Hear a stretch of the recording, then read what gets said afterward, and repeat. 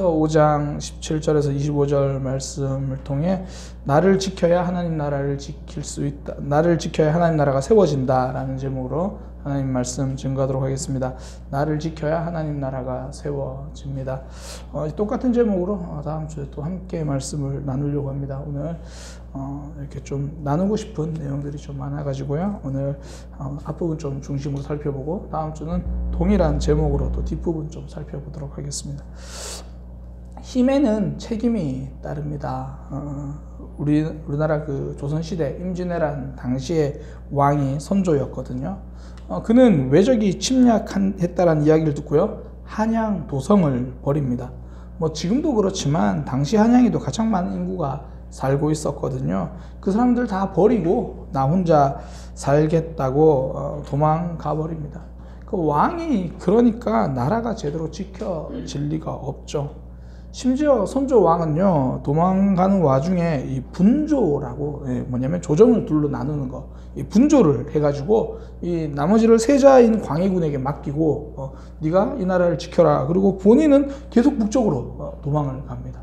그러니까 세자, 나중에 이제 광해군이 된 사람인데요. 이 광해군은 군사를 이끌고 오히려 여기저기 다니면서 민심도 수습하고 군대를 모으고 그렇게 합니다.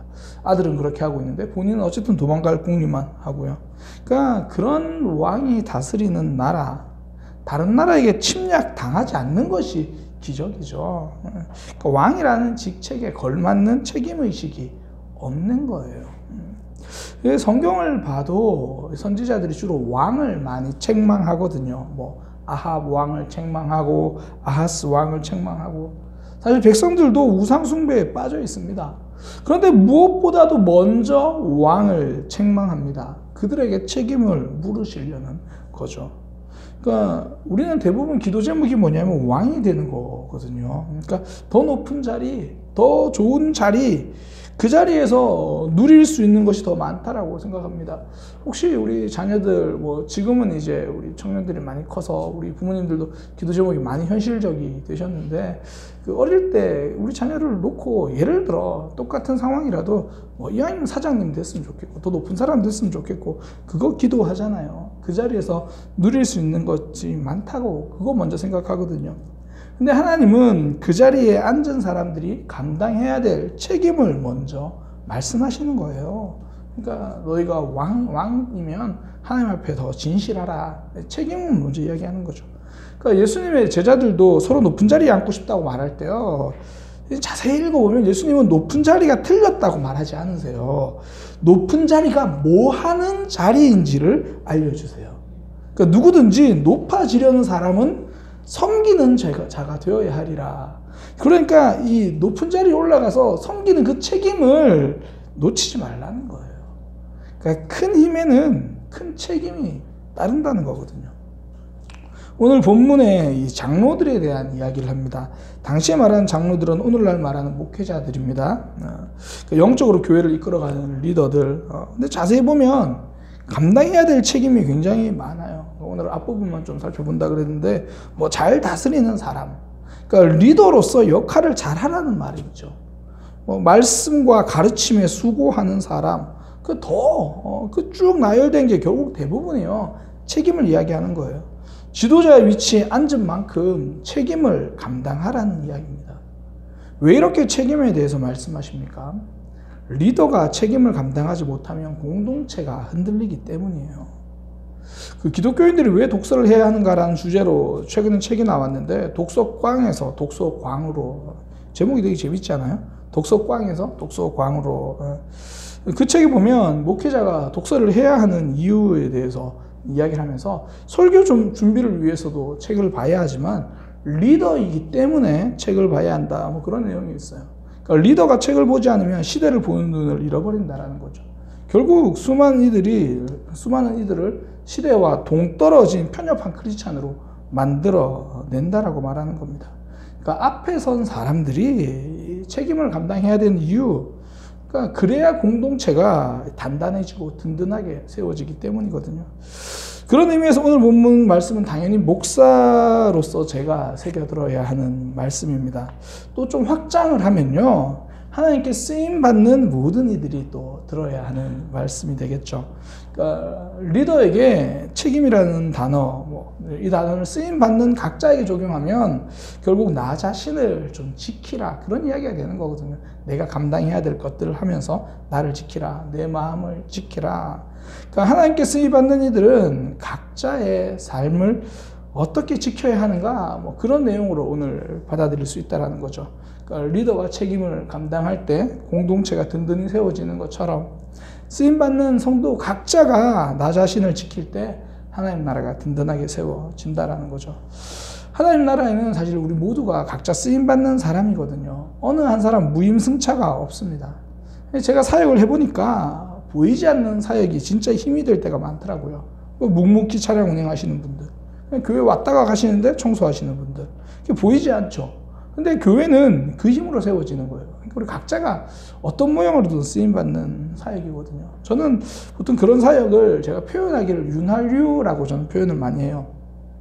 직접 기계를 이제 돌리려면 톱니바퀴가 중요하잖아요. 근데 그 톱니바퀴 사이사이에 윤활유가 있어야 제대로 돌아간다는 거죠. 확실히 돌아갑니다. 사고 없이 돌아갑니다. 우리 교회 커피 머신으로 예를 들어보면 선명하죠. 커피 머신 하나도요, 커피를 채워 넣는 분이 있고, 커피를 청소하는 분도 있고, 여름이면 얼음을 준비해 놓는 분도 있고, 다 마신 종이컵을 정리하는 분도 있고, 무엇보다 커피를 마시는 분도 있어요.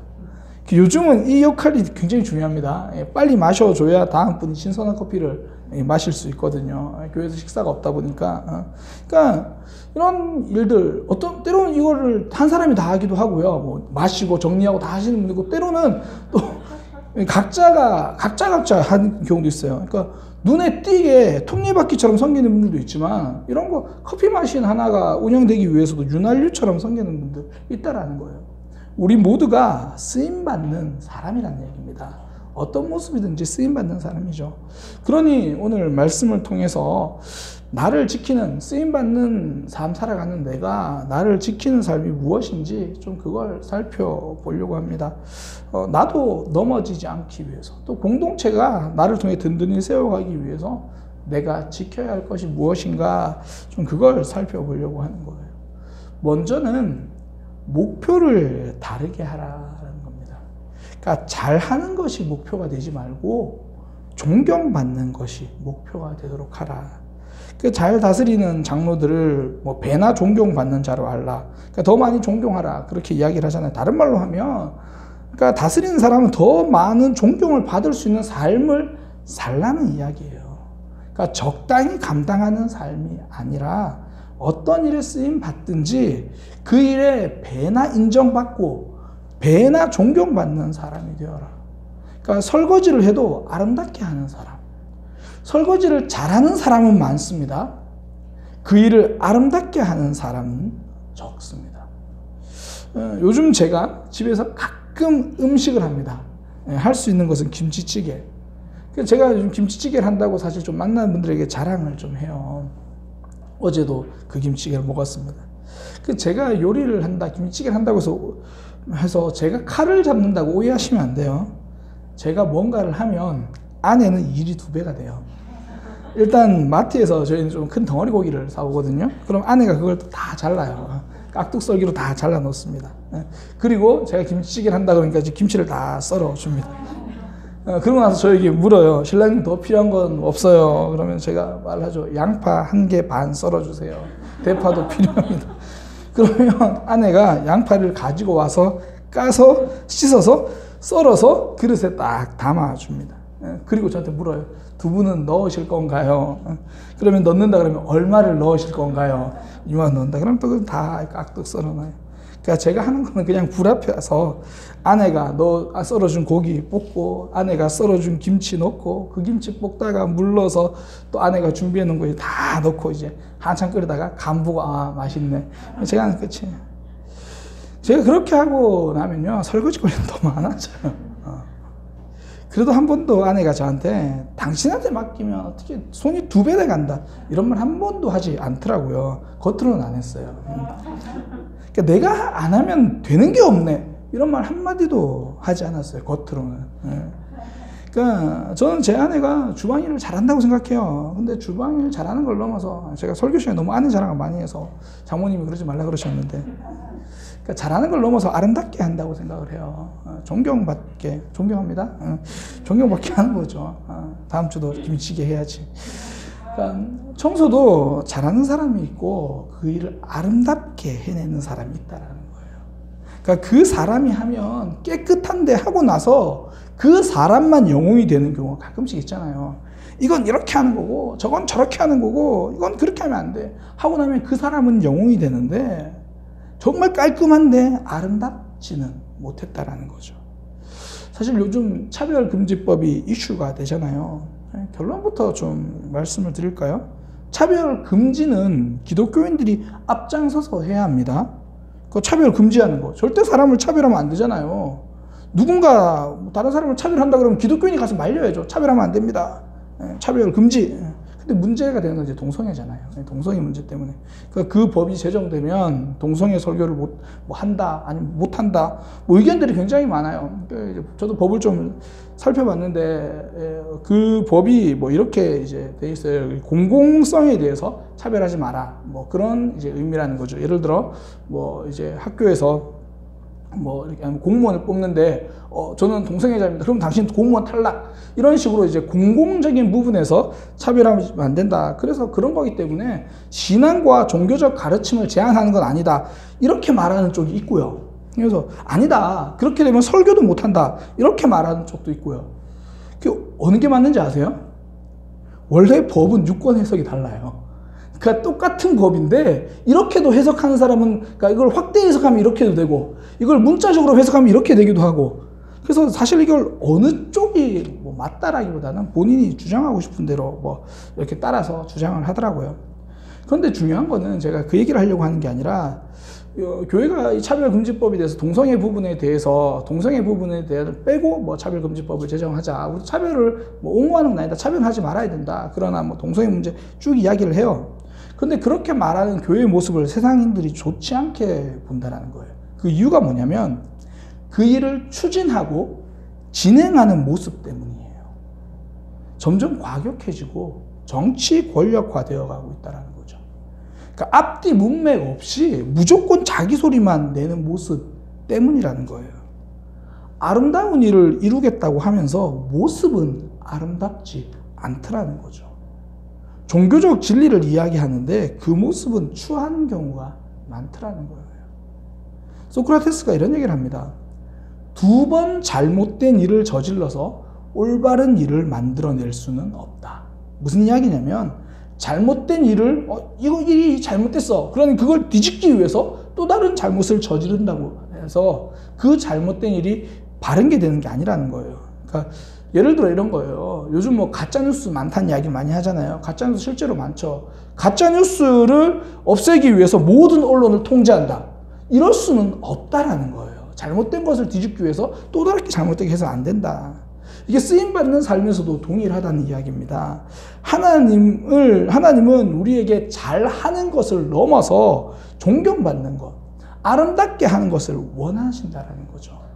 멋진 삶, 진리를 이루기 위해서 하나님이 기뻐하신 삶을 살아가는 그 쓰임받는 삶에서 아름다운 모습. 예수님은 하나님 나라를 이루기 위해서 이 땅에 오셨습니다. 그래서 선택한 방법, 가장 아름다운 희생을 선택하셨습니다. 잘못된 종교 지도자들의 손에 예수님이 못 박혀 돌아가시잖아요. 우리가 생각하는 개혁 그러면 일단 잘못된 종교 지도자들을 싹 잡아서 십자가에 못 박으려고 합니다. 이게 우리가 생각하는 개혁의 방식이죠. 세상이 생각하는 개혁의 방식입니다. 틀린 거 바로잡자고 힘을 쓰고 무력을 쓰려고 한다는 거죠. 근데 예수님은 그렇게 하지 않으셨습니다. 아름다운 목적을 위해서 아름다운 모습으로 사명을 감당한 거죠. 그러니까 사실 쓰임받는 삶을 우리가 살기 위해서 청소를 하든 무엇을 하든 그거 잘하는 것도 쉽지 않아요. 근데 더욱 그것을 아름답게 한다는 게 더 어려울 수 있죠. 사단은 여기를 파고드는 거예요. 이렇게 말하는 겁니다. 어차피 둘 다 하기 어려우니까 둘 중에 하나라도 해라. 아름답게는 몰라도 일단 일은 좀 되게 해야 되잖아. 일은 좀 잘해야 되잖아. 그래서 아름다움보다, 그러니까 존경받는 모습을 하기보다 그냥 일단 일을 잘하게 하는 것을 선택하게 만드는 거예요. 그렇지 않습니다. 성도는 처음부터 목표 설정을 다르게 하는 사람입니다. 설거지를 해도 존경받는 모습으로 설거지를 하겠다. 쓰레기를 주워도 존경받는 청소, 가르치고 섬기는 사역을 해도 존경받는 것이 목표가 되도록 하겠다. 요즘 기업도 돈 잘 버는 기업만으로는 살아남지 못합니다. 기업 오너의 마인드까지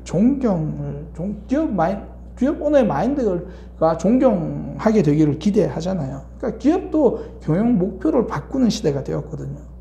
성도의 사역, 원래부터 목표가요, 쓰임받는 삶 감당할 때 목표가 존경받는 것. 하나님께서 보시기에 아름답게 그 모습으로 하는 것. 성도는 목표가 다른 사람입니다. 그러니까 잘하는 것을 넘어서 존경하는 모습이 되는 것. 아름다운 삶을 만들어가는 것. 그것을 목표로 주어진 사명 감당하는 저와 여러분이 되기를 소망합니다. 이것이 쓰임받는 삶에서 나를 지키는 방법이죠. 또 하나는요, 나의 삶에 집중하며 주신 사명 감당하는 겁니다. 그러니까 쓰임받는 삶을 살아가면서 나를 지키는 방법, 그러니까 내 삶에 집중하면서 사명을 감당하는 거죠. 본문 18절에 보면 목회자들에게 대가를 주어야 한다, 그렇게 말을 해요. 그러니까 타작마당에 일하는 소가 먹을 수 있도록 해주라라는 신명기 말씀을 인용하면서 일꾼들이 그 삭을 받는 것이 마땅하다, 그렇게 말해요. 그러니까 이게 사역자들에게 그 대가를 주어야 한다, 그 대가를 지불하라, 그 말이거든요. 이게 왜 대가를 지불하라고 말할까요? 수고했으니 돈으로 갚아주라, 이런 의미가 아니에요. 사역자들은 사역에 집중할 수 있도록 해주라는 이야기거든요. 사실 요즘 이제 카페 교회가 많이 생겨요. 뭐 이해가 되기도 해요. 요즘 제일 많이 생긴 업종이, 제일 많은 업종이 카페거든요. 또 그 중에 제일 많은 업종이라 표현하면 그렇지만 상위권을 늘 차지하는 게 교회예요. 혹시 길을 가시다가 한번 세보세요. 되게 재밌는 게요. 카페 수하고 치킨집 수하고 교회 수하고 공인중개사 수를 한번 세보세요. 제가 아내랑 실제로 예전에 이런 통계를 보고 세본 적이 있어요. 그러니까 이 땅에도 사람들이 관심이 많아서 공인중개사도 많고요. 하나님 나라에도 관심이 많아서 교회도 그만큼 많아요. 어쨌든 굉장히 많아요.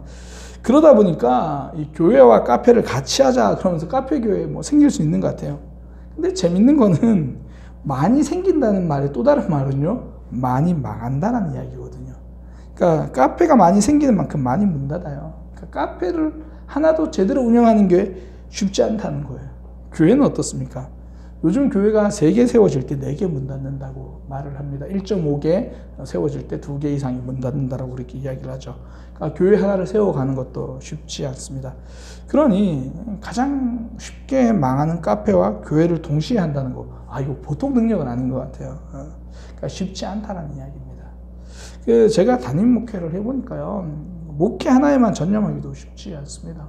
그래서 가능하면 이런저런 모임 잘 안 가려고 해요. 뭐 갈 시간도 없고. 그러니까 중간에 사람 한 명 만나는 것도 쉽지 않더라고요. 그런 의미에서 목회자들에게 경제적 대가를 주는 것, 이건 목회자들이 사역에 전념하라, 그런 말입니다. 그럼 성도들의 삶은 어떤가요? 나에게 대가를 지불해 주는 곳, 내 일터죠. 그곳에 집중하는 삶이 필요하다라는 겁니다. 요즘 장마로 비가 거세게 내리잖아요. 이제 목회자들끼리도 서로 이제 전화를 합니다. 뭐 그쪽 교회는 좀 어때요? 비가 많이 오는데 괜찮은가요? 한 목사님께 전화를 해서 뭐 좀 괜찮으시냐? 뭐 그런 얘기를 나눴습니다. 그러니 이제 그 교회 목사님이 뭐 괜찮다 이런저런 얘기를 하면서 한 성도 자랑을 하는 거예요. 정말 비가 많이 오는데 새벽기도 계속 나오는 성도가 있다. 그래서 그 성도에게 참 고맙다라고 문자를 보냈더니 이렇게 답장이 왔대요. 장마에 회사도 다니는데 하나님께 가는 것은 당연합니다. 그렇게 이야기를 했다는 거예요. 그러면서 그 목사님이 하시는 말씀이, 그 말을 듣고 참 감동이 되는데 놓치지 말아야 할 것이 하나 있었다라고 이야기를 하시는 거예요. 그 이야기를 성도들이 할 때는 감동이지만요, 목사들이 할 때는 강요가 될 수 있는 위험한 발언이 될 수 있다는 거예요. 장마라고 비 많이 온다고 새벽 기도를 안 나와요? 출근하잖아. 이렇게 되면 안 된다라는 거예요. 성도들의 삶도 성직입니다.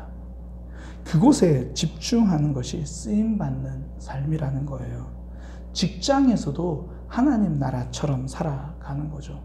목회자는 이 일을 하고 대가를 받는 사람입니다. 그래서 저는 가능하면 이전에도 한번 설교를 할 때 나눈 적이 있는데, 사례비라는 표현보다는 그냥 저는 월급이라고 표현을 합니다. 사례비는 감사해서 표현하는 거고, 물론 그 마음은 알지만 제가 받는 건 대가죠. 이렇게 저희 집중하는 만큼. 그러니까 성도들은 주어진 삶에서 최선을 다해 살아가는 것, 그 내가 있는 직장, 내가 있는 가정, 하나님 나라처럼 감당하는 거죠. 그래서 제가 청소년 사역할 때 한 친구가, 그 친구는 공부할 때 기도하고 시작합니다. 제가 같이 한번 공부를 한 적이 있어요. 제가 책을 보니까, 야, 같이 공부하려면 와라. 그랬더니 와가지고 책을 딱 펼치더니 기도부터 하더라고요. 제가 물어봤어요. 너 원래 그러냐? 그러니까 원래 그런다라고 이야기를 하더라고요. 본인에게는 공부하는 게 성직이에요. 공부하는 게 신앙생활이더라는 거죠. 어떤 집사님은 실제로 자녀들과의 관계가 굉장히 안 좋으니까 자녀들을 만나기 전에 기도한대요. 그러니까 이 아이가 학교 갔다 올 때가 됐구나. 그러면 기도한대요. 하나님, 이 자녀들에게 제가 부드러운 마음으로 대할 수 있게 해주세요. 사실 그 얘기를 들으면서 보통 목회자들이 많이 그러거든요. 누군가 통화하고 만날 때 기도하고 만나는 거거든요. 그러니까 우리의 주어진 삶, 뭐 직장이든지 내 가정이든지 우리가 있는 그곳에 더 집중할 수 있는 것, 이것이 아름답게 쓰임받는 삶이죠. 그러니까 교회가 영향력을 잃어가는 이유는 교회에서는 열심히 쓰임받는데 가정과 일터에서는 그렇지 못한 모습이 있다라는 거죠. 어떤 사모님이 목사님에게 너무 섭섭한 게 많은 거예요. 그래서 이렇게 이야기를 합니다. 목사님, 저도 좀 성도처럼 대해주세요. 그러니까 그 목사님이 성도들한테 그렇게 안 하더라는 거죠. 그러니까 그 목사님이 가만히 있더니, 그래, 당신 말이 맞는데 나도 부탁이 있어. 그럼 나를 목사처럼 존경을 해주면 좋겠어. 그러니까 서로 간에 교회 안에서는 굉장히 신앙생활처럼 하는데 삶의 현장에서는 그렇지 못하게 놓치는 경우가 있다는 거죠. 나를 지키는 방법, 우리가 쓰임받는 삶에서 하나님 보시기에 나를 아름답게 지키는 방법, 내 삶에도 집중하는 거예요. 내게 주어진 삶에 집중하는 것. 직장도 하나님 나라입니다. 우리 가정도 하나님 나라죠. 제가 청소년 사역할 때 아이들한테 설교했던 말, 정말 기억이 나는 말 하나, 수학 공식 외우는 게 신앙생활이고 영어 단어 외우는 것이 신앙생활이다. 그 일을 감당하는 것. 그래서 오늘도 각자 일터에서, 성직에서 믿음 생활하시다가 오신 거잖아요. 우리가 거기에 집중하면서 나를 지켜가는 것, 그때 하나님 나라가 아름답게 세워지는 겁니다. 우리가 쓰임받는 삶, 어떻게 하면 나를 지킬 수 있는가, 오늘 말씀을 통해서 함께 살펴보았습니다. 잘하는 것을 넘어서 존경받는 아름다운 모습으로 감당하기를 소망합니다. 내 주어진 삶에 집중하며 사명 감당할 수 있는 그런 믿음의 삶이 되시기를 소망합니다. 기도하겠습니다. 하나님, 우리 삶에서 하나님께서 우리를 여러 모양으로 쓰실 텐데 쓰임받는 삶으로 부족함이 없도록 우리 자신을 잘 지켜갈 수 있게 하여 주옵소서. 하나님, 잘하는 것을 넘어 존경받는 것을 목표로 그렇게 살아가겠습니다. 우리의 주어진 삶의 현장이 하나님 나라임을 깨닫고 그곳에서 최선을 다할 수 있는 우리의 삶이 되겠습니다. 우리를 붙들어 주옵소서. 예수님의 이름으로 기도드립니다. 아멘.